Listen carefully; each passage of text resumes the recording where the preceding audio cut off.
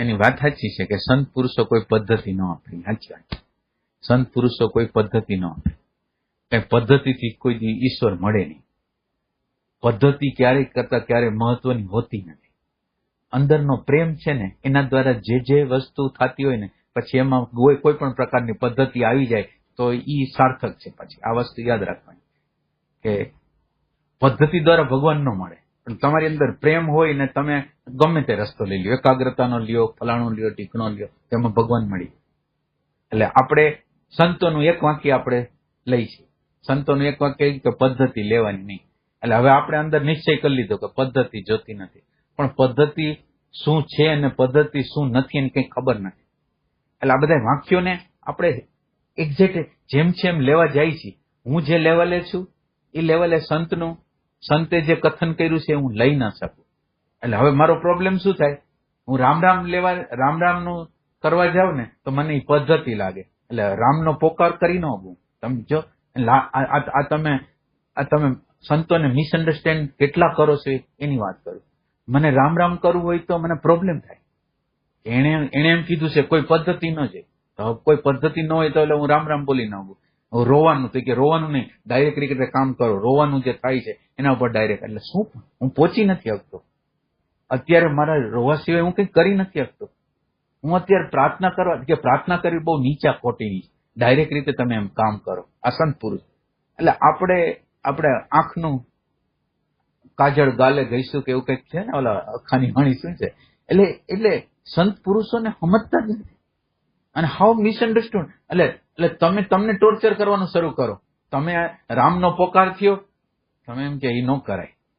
આ આપણું ભક્તિનો માર્ગ ન જોઈએ, જ્ઞાનનો માર્ગ. અરે ભાઈ, મારી અત્યારે ગરજ એટલી બધી છે ને, મને રામ દ્વારા મળતા હોય કે કૃષ્ણ દ્વારા કે માતાજી જેના દ્વારા મળતા હોય હું કરીશ, પોકાર કરીશ.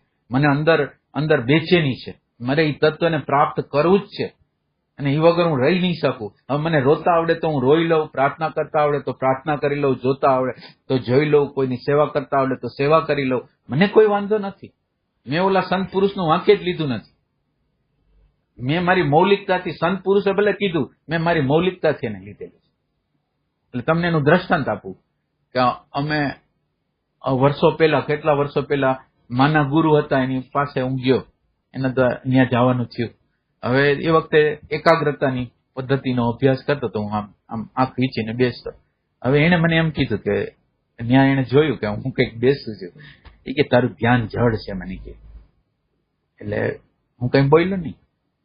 એટલે હું અંદર એમ બોલ્યો કે મને જ્યાં લગીને આ જડતાની ખબર નહીં પડે ને ત્યાં લગીને મને પકડી રાખી. એટલે એને કીધું અને જો મેં છોડી દીધું હોત તો જે એકાગ્રતાની જે પરિપાક અવસ્થા આવે ને ન આવી હોય. અને પાછું અમારે એ દ્રષ્ટાંતે અમને પૂરું પડ્યું કે અમારી હારે એક સંન્યાસીઓ હતા, 2. અને એ સંન્યાસીઓને એમ જ કહેવામાં આવ્યું કે આ ધ્યાન નહીં કરવાનું, અને એ લોકોએ ધ્યાન છોડી દીધા. એટલે એનું પછી જે પરિણામ આવ્યું એ તો બહુ ખરાબ આવ્યું.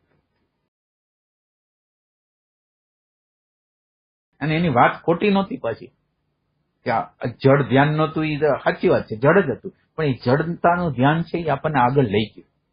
સ્ટાર્ટિંગનું જે ધ્યાન છે, એટલે સંતોના વાક્ય કેમ લેવા, કેવી રીતે લેવા ને એ આપણે આપણી રીતે જોવાનું છે. એટલે આ અત્યારે પ્રોબ્લેમ એવો છે કે આ બધા સંતોની કેસેટો સાંભળીને એના મિસઅન્ડરસ્ટેન્ડિંગ, એટલે એટલી બધી મિસઅન્ડરસ્ટેન્ડિંગ, સેલ્ફ ટોર્ચર. એટલે હવે તો તમે 2 રીતે ભ્રષ્ટ. આ બાજુ ભક્તિ ન કરી શકો, આ બાજુ જ્ઞાનમાં ન જઈ શકો. એટલે 2 રીતે તમે દુવિધામાં. અને મારી ગરજ હોય તો મને ભક્તિ કરવામાં વાંધો નહીં, કોઈ કે યોગ કરો તો યોગમાં વાંધો નહીં, અને કોઈ કે જ્ઞાનમાં તો જ્ઞાનમાં વાંધો નહીં. મને કાંઈ વાંધો નથી. મને ગરજ એટલી બધી છે ને કે મારે તો એને તત્વને પ્રગટ જ. સવાલ એ નથી કે પદ્ધતિ. એટલે આમાં તમે વિચાર કરો, તમે રોવો છો એમાં શું પદ્ધતિ છે? અત્યારે મને અંદર ભાવાવેશ આવી ગયો છે ને હું રોઉં છું, તો આ જ આ મારી અત્યારની પદ્ધતિ છે. એના પછી મને અત્યારે હાવ સગવડતા છે ને હલકલા અંદરની સ્થિતિ છે ને હું જોઈ શકું તો હું જોઉં છું. અમુક સમય મને એવું લાગે છે કે અત્યારે હું ધ્યાનમાં નહીં બેસી શકું, પણ કોકને હેલ્પ કરી શકીશ તો હું હેલ્પ કરું છું. કઈ પદ્ધતિ છે? અહીંયા તો પ્રેમ છે. મારે અહીંયા મારા અંદરના પ્રેમ તત્વને ગમે તે રીતે પ્રગટ કરવો છે. એટલે એને એવી રીતે સમજવાની જરૂર છે. સંત પુરુષના કોઈ વચનને તમારે લેવાની જરૂર જ નથી. એને એક્ઝેક્ટ તો સમજી જ નહીં શકાય. સંત પુરુષના એક્ઝેક્ટ વાત જે જગ્યાએથી બોલે છે એ જગ્યાએ આપણે કોઈ દી આવવાના જ નહીં પ્રેમ વગર. જો પ્રેમ હશે તો આવશું. એટલે આપણે સંતોના પ્રભાવમાં છીએ એટલે આપણે જો સંતોના વાક્યોને લઈ લઈએ છીએ અને આપણને ટોર્ચર થાય તો આપણને વાંધો નથી. હું પ્રાર્થના ન કરી શકું, મારી ભક્તિને હું છોડી દઉં, મને વાંધો નથી. પણ ઓલું વાક્ય તો એનો એટલે મારા માટે સંતોના વાક્યનો પ્રભાવ મારા ચિત્ત પર એટલો પડી ગયો છે કે હું સ્વયંને ટોર્ચર કરું છું. હું ત્યાં પહોંચી નથી શકતો અને હું ઈ વાક્યને યાદ કરીને આ જે અત્યારે જે કરવા જેવું છે ને એને છોડું છું અને વાં પહોંચી નથી શકતો. એટલે અહીં ભ્રષ્ટ, વાંય ભ્રષ્ટ. એટલે બોલવામાં અને વિચારમાં સારું લાગે કે ખાલી જોવો, બસ થઈ જાવ, એમટી થઈ જાવ. ભાઈ એમટી થવા માટે તમારી અંદર પ્રેમનું તત્વ કેટલું ઓથેન્ટિક હોવું જોઈએ. ઓથેન્ટિક એમ તમારે ખરેખર તમે એની શોધ કરતા હોવા જોઈએ. તમે તમારી સાથે બનાવટ ન કરતા હોવા જોઈએ. એવું વસ્તુની જરૂર છે.